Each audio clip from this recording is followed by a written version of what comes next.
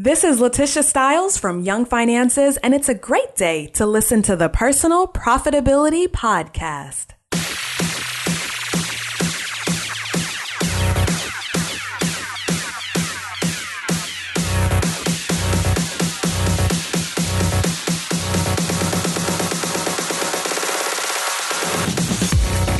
You're listening to the Personal Profitability Podcast, where you'll learn how to earn income, live better, and put your money to work for you.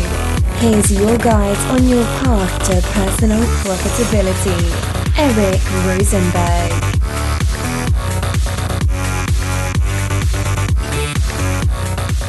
Ladies and gentlemen, boys and girls, children of all ages, welcome back to the Personal Profitability Podcast. I'm your host, Eric Rosenberg, and I'm so excited to bring our second guest onto the podcast today.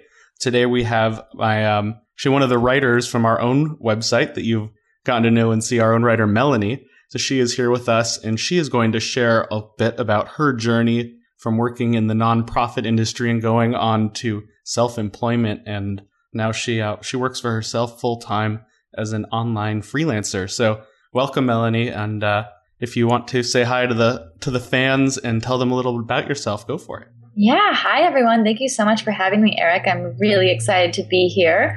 I am a freelance writer, side hustle coach, editor, virtual assistant, and all-around side hustler. And, I love making money in different ways and, have had quite a journey with the whole blog and writing adventure. So I'm really excited to talk to you about it. That's I think that a lot of our listeners will have something in common with that liking to make money thing. I think that's something that brings us all together. So anyway, so welcome. And I'm so excited to have you, not just as a writer, but an audio voice for everyone to get to meet and say hello to. So everyone say hello to Melanie. And just a quick pause for those who like to partake in my tradition of drinking a beer with us as we go through the podcast. Here's your opportunity to press pause, go grab the beer of your choice, and then come back. Cheers. Cheers. So now that you've pressed play again, because I don't know if you know, Melanie, I like to have a beer when I talk money, as we've done at the bar a few times, and I think it's the best way to do it. Totally. There's no reason personal finance shouldn't be fun. So, and beer is definitely fun. So, all right. So my first question for you, Melanie, if we can go back a little bit in your journey, how did you get started in your career and end up in the nonprofit world? Yeah. So I started in the nonprofit world pretty much right after college. I graduated with a theater degree. So you guys can all start laughing now. But, I actually used my theater degree with arts education early on. So I was a theater teacher. I also was an arts administrator for a nonprofit program in Los Angeles. And so pretty much for my whole career, I would say about, the past 9 years, I was working in nonprofits in LA, in New York, in Portland. They were a variety of different sort of educational services. So there was a lot of arts-based cultural educational programs that I worked for, sort of managing programs, managing budgets, teaching, working with grants, administering city programs. And so, nonprofit world is sort of, really helped me prepare to be a freelancer because you wear many different hats. One day you are the janitor and one day you're the executive director. It's sort of, you're all working together to make something that's highly imperfect work, and you're dealing with very limited funds. I've worked in a variety of different sectors in the nonprofit field, both in arts education and intercultural education. But a lot of it has been around sort of helping people really understand that you can transform your life through arts and travel. So that's pretty much how I started my career for the past 9 years. And then, fully transitioned into being a writer, which, I still see as a highly creative field. Right. So how, could you share a little bit more about how you ended up moving? I know you were a Californian for a very long time. I knew that you'd moved here to Portland. We're actually both in Portland, on little different parts of the city. But for listeners, we're about probably 2-3 miles apart right now. But and I think both in Southeast Portland. Yeah. So how did you move to New York, and then what drew you to Portland from there? Yeah, so the abridged version of that story, because it could be a very long story, but the abridged version of the story is, I'm from Los Angeles, roughly Long Beach, California, where Snoop Dogg and Sublime are from. Long Beach, whoop-de-whoop. Definitely love to bust my Snoop Dogg. But I sort of worked in downtown Los Angeles for the early part of my career. I actually got this work opportunity to go to NYU to sort of check out these programs that we're going to bring back to Los Angeles for our high schoolers. And while I was there, I just decided to check out a grad school program for myself. And sure enough, 2 months later after that trip, I applied to NYU, and a couple months later I got in. And it was just this weird thing that NYU had always been my dream school. I had written in my journal many, many years ago that, I wish I could go to my dream school, NYU, but I doubt that'll ever happen. And, then years later it happened. And so, I had this really tough decision of leaving my career behind, leaving my family, my boyfriend, everyone, to go to grad school in New York. And I made the choice to do that. So that was a highly risky situation that got me into a lot of debt. Did you keep that journal page, by the way? Did you frame it somewhere and be like, here, look, dreams do come true? I know. Yeah, I do actually, because it was one of those things that I felt like I really manifested that reality. And, I was in a pretty dark place when I wrote that, because I was just, feeling frustrated with life and hoping for something better. And then, it's kind of a nice way to turn out. And so I moved to New York, went to graduate school, had a lovely, lovely time there. Towards the end of it, after graduation, I went on 30 different interviews. And 30. That's not a record, but that's a lot of interviews for sure. A lot of interviews, and a lot of them were second, third, and fourth interviews. And I was just so close, and it was so often between me and somebody else. And during this time, I also happened to be in a long-distance relationship. My partner, Ryan, and I, we met in LA. I moved to New York to go to school. He moved to Portland to go to school. And so during this time, we were doing a long-distance relationship back and forth from Portland to New York, which, also exacerbated things. So, I graduated from grad school, had these 30 interviews in New York. They weren't really panning out. And I just thought, I don't know if I can go on one more interview in New York. And my relationship is getting strained. Maybe I should move to Portland to be with my love, and it'll be cheaper here, it'll be better here. And so then I moved to Portland. So that's the abridged version of this sort of, tri-city adventure.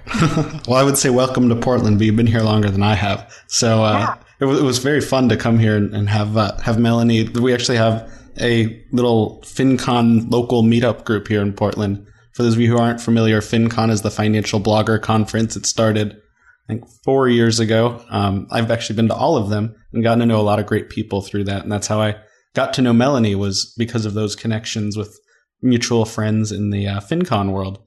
Yeah, and I think Portland has one of the best FinCon meetup groups. And we have such a strong, tight-knit community here, which I love.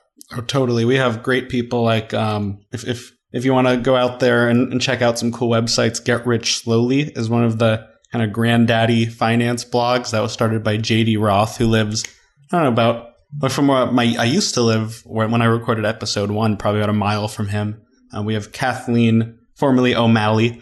She got married, and her blog, she actually has 2 blogs now. She had Frugal Portland, which she still has, and started a new blog called For Profit Blogging, where she talks about how to make money blogging. The name's pretty good. Joe Udo is in town. He has a site called Retire by 40, and he's been featured in the media and quite a bit. He's a great guy. So we have quite a few active finance bloggers in town. It's a great community. Yeah.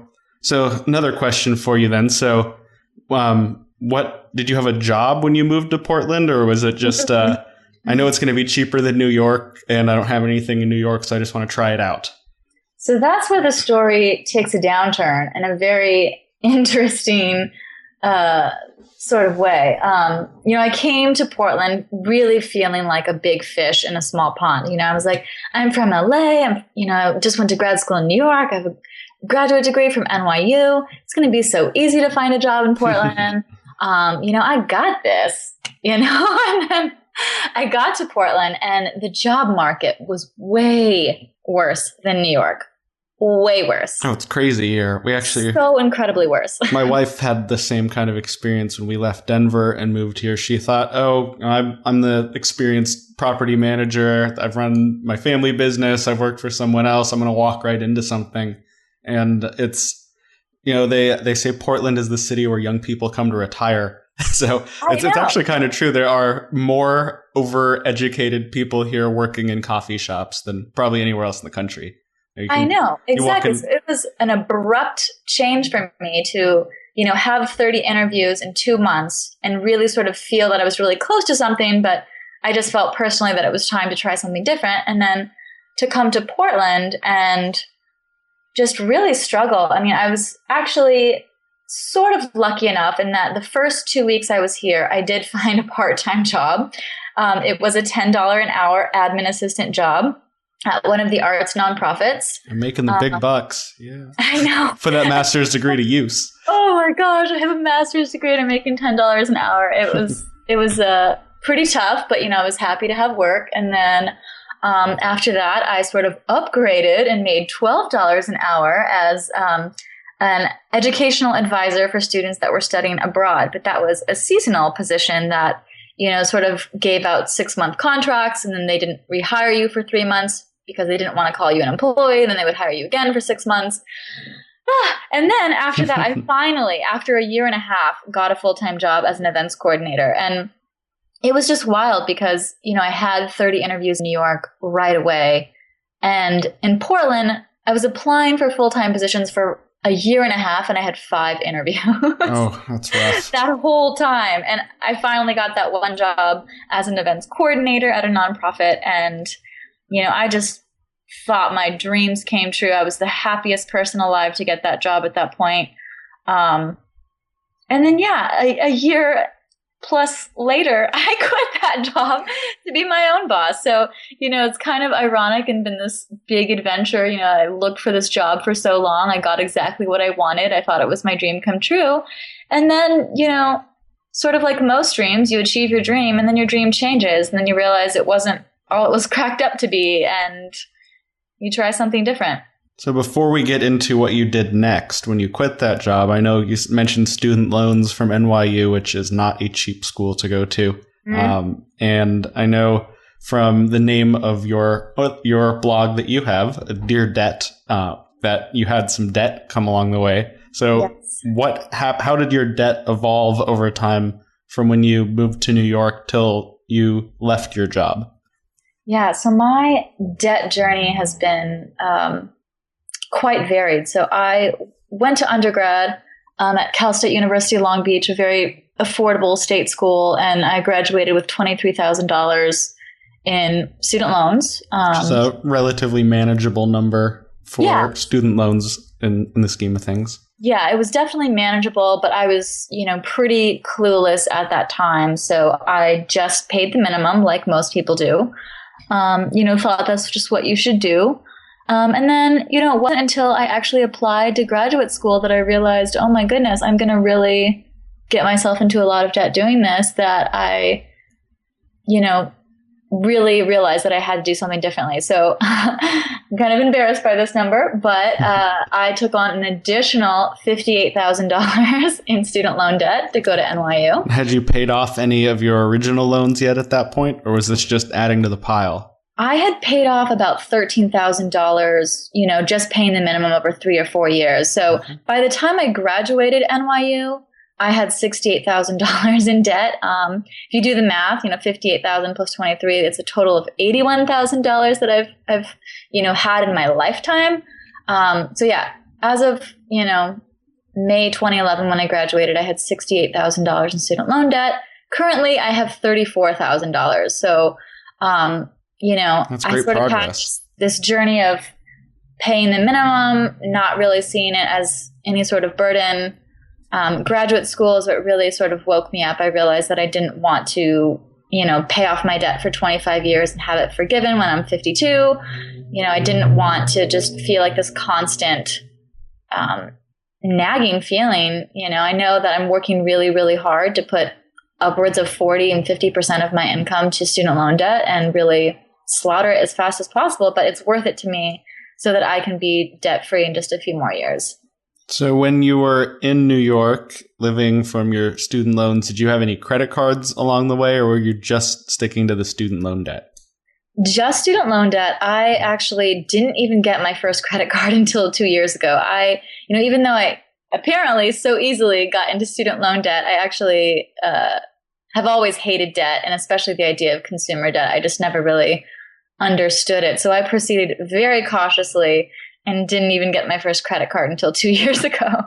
So at least there, your interest rates were staying pretty reasonable. So for those of you listening who aren't as familiar, student loan debt, if you get it through a government student loan, the rates are fixed by the government. So you're not going to pay, super high interest rates. You can get some private student loans with a higher interest rate, but they're still generally pretty reasonable. But credit cards or consumer debt have can often be 20% or more. A lot of them start around 15%. So the interest rates are much higher, so it makes it a lot harder to pay those off. So that's good news that, Melanie, you didn't have any credit cards along the way, and so you don't have any of those to pay off. So that's a great story. Yes. So just student loans. Just student loans. I know just student loans is easy to say, but that's a lot of money too to pay off. And I was in the same boat. I had I actually got undergrad. I was on a full ride scholarship because of what I did with Boy Scouts. So I got through that without any debt. My first loan I ever took was a car loan because my car died on the way to work one day. It just went turned off, and the repair would have cost more than the car. So I went and got a new car, which is still my car. That's sitting out front, my Toyota. But when I really got my first real taste of debt was also in grad school, and I went and got my MBA at the University of Denver. And I ended up taking about $40,000 in student loans for that. And because of my career stuff, people who are interested in reading the story, I'll put in the show notes a link to my post about how I paid it off in about 2 years and 6 days. I wished it had been awesome. 6. If my payday had been 1 week earlier, I could have said I got debt free in less than 2 years. But I will always say 2 years and 6 days, thanks to that payday being 1 week later. That's fun, though. Oh yes, there is a story, and I say very that, exact. I know, and 2 years and 6 days later, I felt in my heart like I had like a flyover at the Super Bowl when they have jet fighters fly over. I was like, yeah, I conquered my debt. So you'll have when you do pay your debt off, I'll call in some favors and see if we can get a flyover over Portland for you. Oh, I'm having a party. I already know. I'm going to host a party. Dance party? Invited. Dance party, karaoke party. I'm just going to have a big party because that's a huge amount of money to pay off, and I'll be very excited. And you'll have all this free money now that you used to be paying into your debts, so you can now just put into the party fund.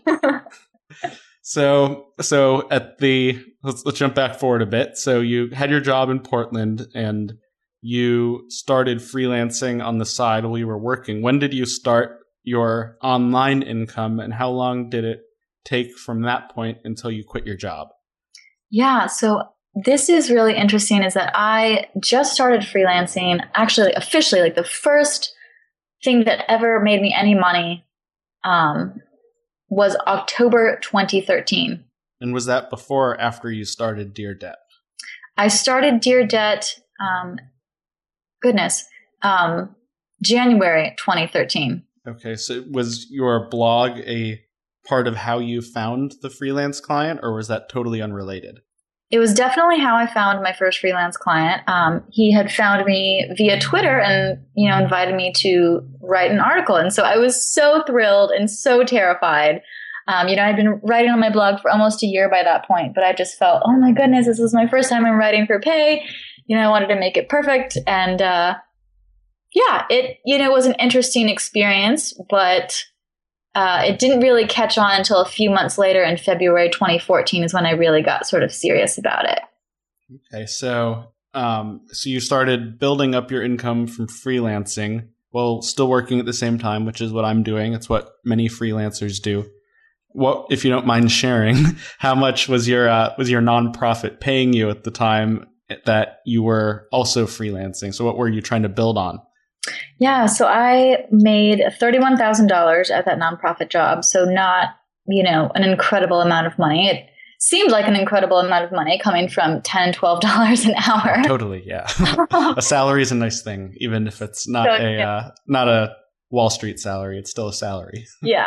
It felt really nice at the time. And so, I just really wanted to prove to myself that I could at least match my nonprofit job. And, I tell this to people a lot that I had sort of a lower barrier to entry in that way. I would never suggest someone that's making $100,000, $90,000, maybe even $60,000, like really seriously think about, quitting your job to freelance, because you do obviously want to be making that same amount of money, or ideally more. For me, I didn't have a ton of money that, I was going to be replacing, and I really believed in myself that I could do it. So I was hoping to, get $2,000 a month after taxes. And, in a matter of months and really, really busting my ass, I was able to make it happen. So what steps did you go through from that first freelance client? How much were you making roughly a month freelancing when you decided it was time to leave the job and go out on your own? Mm-hmm. So I quit my job in July of 2014. And at that point, I was making, I think, about $1,500 a month. So not quite exactly what I was making, but I had just secured this new client that wanted 20 hours a week of SEO writing.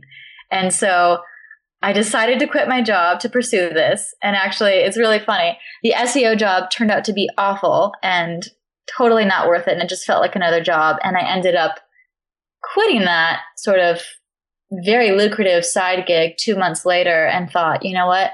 I could be writing a lot more articles and spending a lot more time and making more money. And I'm so glad I did that, because I started making a lot more money right after FinCon, essentially. I made a ton of different connections at FinCon. I really started hitting the pavement and sort of networking and really reaching out to people. And I think the difference between my income has always been direct action. Sort of, what steps do I take to build those relationships that I already have, to create new relationships, and to also continue to deliver a really great product so that people are seeing me. And, it's been really great to be featured on a number of different platforms, including your website, including your podcast, as, well as other people, because then, you're sort of getting out there and making a name for yourself, and people start coming to you, which I found, is sort of the best of both worlds, instead of constantly pitching people and really trying to, hope that someone throws some money at you. It's really great when people come to you. And I feel like you have a lot more power and can leverage,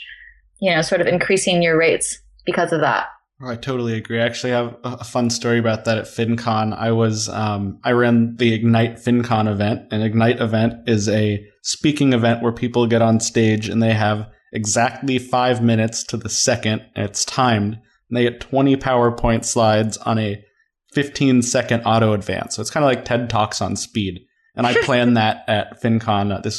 Last year was my third year doing this in New Orleans. Mm-hmm. And somebody approached me right after the event, because I did my talk. I did the last talk. And one of the things I said was, I'm a freelancer and I'm for hire. Because you don't want to pitch yourself too much to that audience, but you can't help but mention it, but right? They need to know what you can I know. So someone walked up to me and at that event, and they became a great client who's been great to work with. And it's you never know where someone's going to find you, and events like that is a great place. So I'll ask you about that. So how many FinCons have you been to, or other conferences, and how did you meet people there? Did you have any networking tactics? What was the thing that really helped you jump up from there? As you said, that was really your launch point to growing your income. Yeah, so this was actually my first FinCon. So it was awesome and so very exciting to be around so many other people that love personal finance. And I'm an extrovert. I love meeting people. I love talking to people. And so I really felt like I was able to shine at FinCon. I know some people that are more introverted sort of had a hard time. It can be very overwhelming, I'm sure, to see hundreds of people that you may or may not know online. And but for me, I just felt, I'm here to learn from people. I'm here to grow. I'm here to learn about what other people can do and learn how I can help others. And so, definitely just meeting anyone and everyone. I gave everyone that I talked to a business card, and, not in a smarmy way, but sort of, at a certain time in the conversation when it felt like a right thing to do. Oh, here's my business card, by the way. I love writing. I would love to talk about ways that we can, follow up and catch up. And so the key thing that I did that I think really, really helped is after FinCon, I spent about, goodness, how long was it? I think I spent 4 hours emailing every single person that I met at FinCon. That's an investment of time right there, 4 hours. Every single person. Yeah, it was, and it wasn't, a sort of a mass email thing. It wasn't something that, I was just emailing to everyone. It was literally a unique email, with notes about, what we talked about or, things that, we had mentioned and, really showing gratitude for that moment in time that we shared together and, just following up with ways that we can collaborate. And that warranted so many great results. I feel like, at least 20% of people responded with a new opportunity. And also I really learned to be really vocal. 2 or 3 of those people that had contacted me at FinCon and then, we sort of had follow-up emails afterwards, they had this sort of really vague, let me know how I could help you or how we can help each other. And I said, yeah, actually, you can help me. I'm looking for writing clients. I'm looking for this. I'm looking for that. And, that was kind of hard for me to do, but it felt so great because that warranted results. And it really just proved to me that you really need to speak up and tell people what you want. No one's a mind reader. You can't assume they read your site or they know anything about you. So you have to really tell people, look, this is what I can do. This is what I need. This is how you can help me. Let me know how I can help you. And for those, and I know everybody listening to this is not a personal finance blogger. So just so you know out there, if you do any other kind of online work, there are tons of conferences out there that are more general or specific on different topics. Like there's mommy blogger conferences and mommy bloggers. I know a few of them and have seen their financials, and they make tons of money. It's like mind blowing how much money they make. They could make in a month what I make in a year, and I do pretty well. So there's mommy blogger conferences. There's a conference that was called Blog World Expo for a long time. I think now it's called New Media Expo or Media World Expo. It's in California or Las Vegas. There's a podcaster conference. So there's conferences for everything, and so don't feel just because we're talking about FinCon here that, oh, well, there's no conference for me and the freelance type of work that I do, because there are things for people who do anything, techies. If you, anything you do, there is a conference for you. My brother-in-law that runs an excavator company, and he went to a concrete working expo in Las Vegas. So, wow. And it was a great place for him to make contacts for his business. So really, there's a conference for everything. And for me, like Melanie, it has been a massive part of how I've grown my income so much and met people and built those connections and the credibility and everything that comes with it. So don't be afraid, even if you're on the introverted side, to throw yourself out there and try it and get involved, volunteer to help with the conference itself. The more people who know your name and know what you do, the more likely someone's going to email you, just like they did to Melanie, and say, hey, I'm looking for a new writer for this site. What do you charge? Because that really does happen, and it's a pretty cool experience. Mm-hmm. So when you started freelancing and you were brand new, didn't know anything about it, what were you charging people at that time? I actually had no idea about rates, and someone had just emailed me and they said, I'll pay you $25 for a post. And I said, great, that's awesome. And, I thought I had, made bank at that time. I was like, wow, I can write an article in an hour and $25 is going to be awesome. And at the time, because I was so new and I was not experienced, and, things really do change once you start making money doing something. I was paralyzed with fear. I just thought, oh my goodness, I'm so nervous to submit this. And this article that I thought was going to take me an hour ended up taking me about 3 or 4 hours. And, at that point, I'm probably making about minimum wage or less after taxes. And so, at that point, I had been charging, $20 to $25 a post.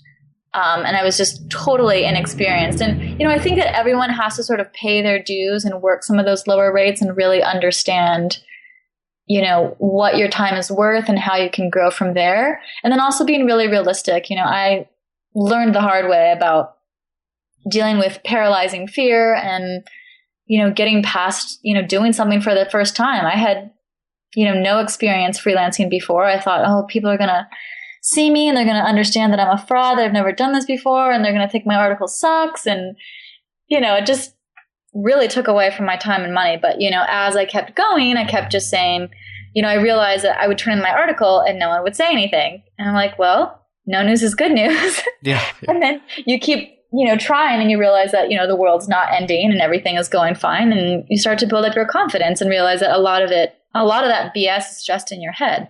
Well, so you don't feel bad. My first paid post that I wrote was for $10. So that was... yeah, I was making the big bucks. I know. So you're making about 3 times what I was.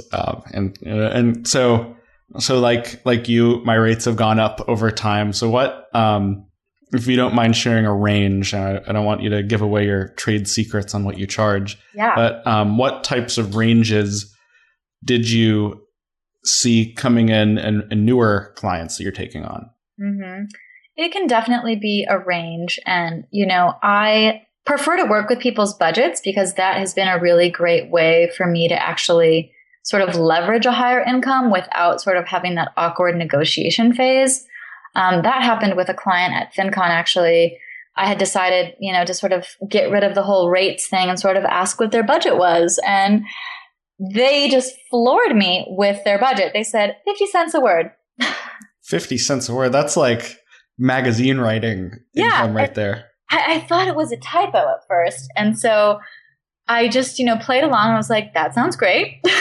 On the inside, I was dancing and screaming in my living room. And I got paid for that assignment for a blog post, about $400. And, that was, something that really blew my mind, because I feel like, you sort of work with these rates that you think are sort of normal. Like in the freelance writing blogosphere, $10 is obviously on the very low end. Beginners is around the 25 range. A pretty moderate range is around $50 to $75 per post. If you're a real expert and you could bring a lot to the table, probably $100 to $200. So, there's a definite range of rates you can use as a freelance writer, but that experience was the one time that it really just showed me that you don't know what people's budgets are. It's always helpful to ask, and you could be selling yourself short if you don't. And it just showed me that there are really well-paying clients out there that you just need to find them. Oh, totally. So essentially the short answer is, a rate between, 50 to hopefully several $100s a post. And that's what I'm really trying to focus on next is getting those $200 to $400 posts and really having the confidence to charge more and to seek people out. And, for newer clients that do come my way, sort of just saying, this is my rate and this is what I want. And, I found more times than not that people that really want to work with you, they won't even flinch. And especially if they're a professional, it's a corporate sponsored blog, they have the funds to pay. Yeah. So a little story from me when I started freelancing and really getting serious about it, which, I put on all my, my monthly entrepreneurial income updates, how much I'm making from different parts of my online business. One that has really grown over the last couple of years is the freelance writing for other sites. I did sponsorships on my own site for a long while, and then I discovered this great world of freelancing. And someone who really helped me along the way, there's a writer out there named Jason Steele, and he is probably the biggest credit card / frequent flyer mile freelancer out there who isn't writing solely for his own blog. And he's done amazing things and not only helped me plan trips with miles, but he really kind of led the way to me to knowing how much you could make freelance writing online. And he was a big inspiration to me and helping build me up. So did you have any stories or anyone that really helped you build up your business, anyone you looked up to as a mentor? Did you kind of go at it on your own and figure out the waters yourself? Yeah, I have to give a shout out to Carrie Smith from Careful Sense. She has been such a fantastic mentor to me. We started working together in April of last year, and I, started on at her as her assistant editor for her site, as well as one of her other sites that she works for. And we just, really had this great relationship, and I just looked up to her so much. And, she would answer my questions, and we'd sort of have Skype dates and mentorship sessions. And, she was the one that really pushed me to quit my job even before I was ready. And she said that, sometimes you have to leap before you have all the answers. And I really do think it was the right thing for me to do at that time. And, she's had a wonderful success story. She also quit before she was ready, and it's worked out amazingly well for her. And so she has always been pushing me, to charge what I'm worth. She's always so appreciative of everything that I do. And she's really, been so helpful at sort of explaining some of the things that I just clearly don't understand as a new business owner. So do you think you could have come as far as you have without that mentor relationship, or do you think no?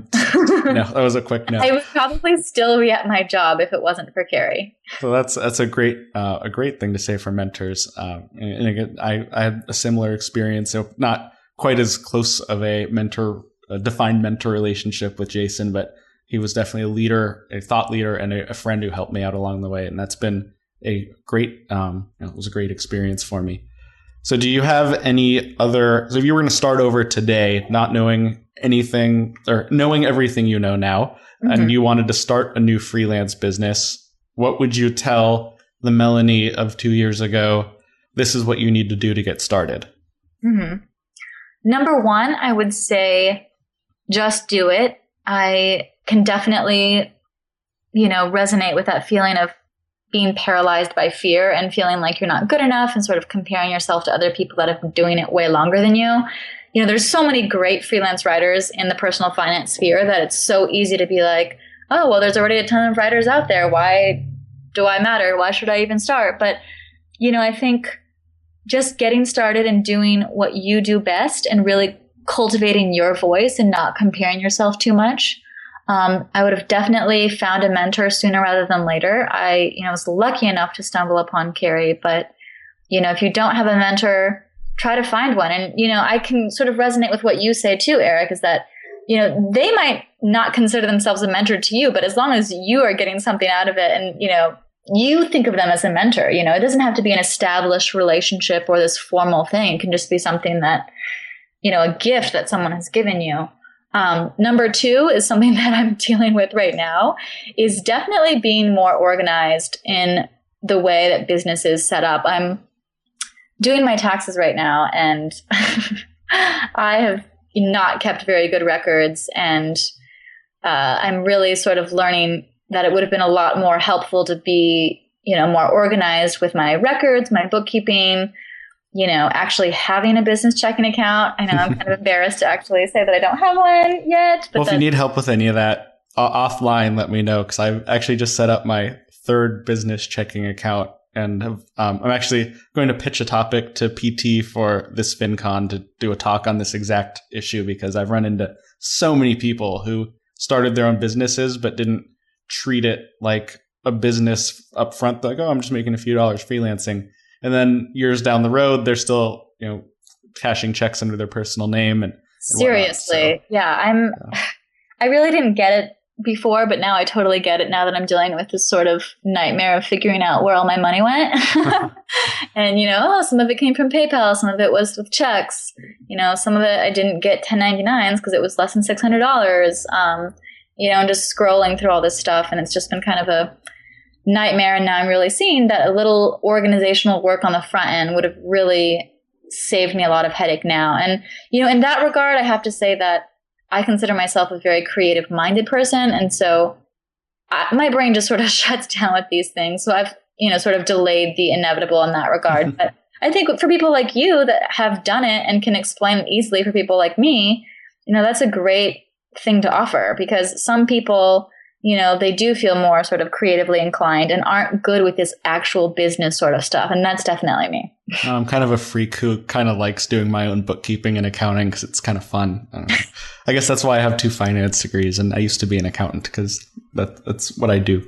Yeah. So one kind of fun question, working for yourself full time, what is your typical work uniform, and do you ever work in your pajamas? So when I first quit my job, I have to say that I took a lot of naps and worked in my pajamas a ton that first month. I just felt, oh, this is awesome. Going to work in my pajamas. I'm going to sleep in. I'm going to take lots of naps.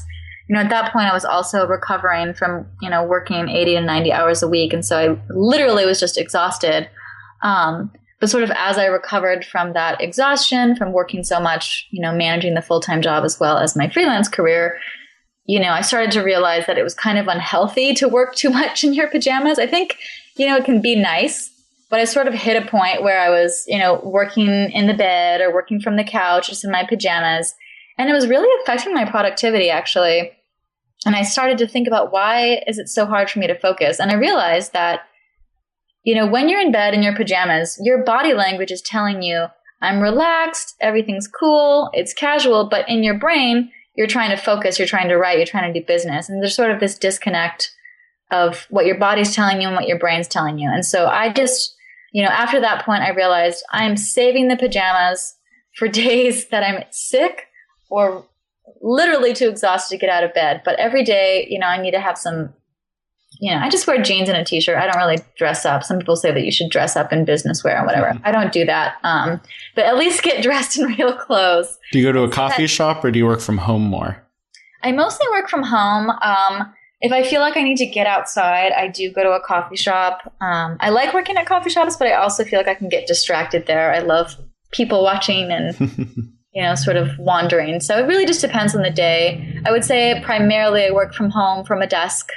And that was the big shift that I made when I sort of realized I wasn't at my peak productivity was, getting dressed properly every day, sitting at a desk properly every day, really setting up my personal space at home to be conducive to working, because a bed and a couch is not conducive to working. Oh, totally. I get that. I do try to write on the couch every once in a while with like a TV show in the background. Mm-hmm. And my words per minute go from like 100 words a minute down to like 5 words a minute. Yeah, exactly. Sometimes like when Desperate Housewives is on Netflix, you just gotta do what you gotta do.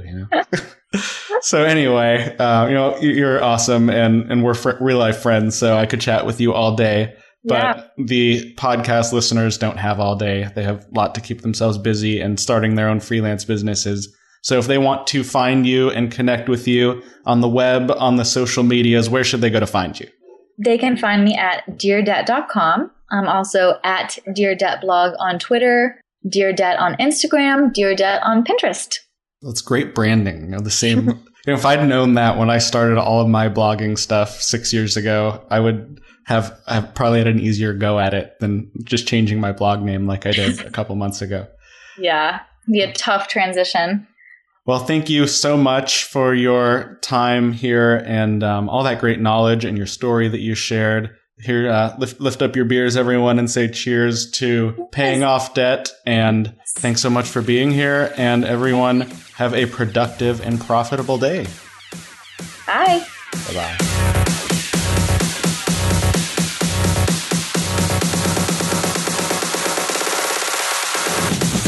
Thanks for listening to the Personal Profitability Podcast. If you enjoyed this episode, please leave a rating on iTunes or share it with a friend.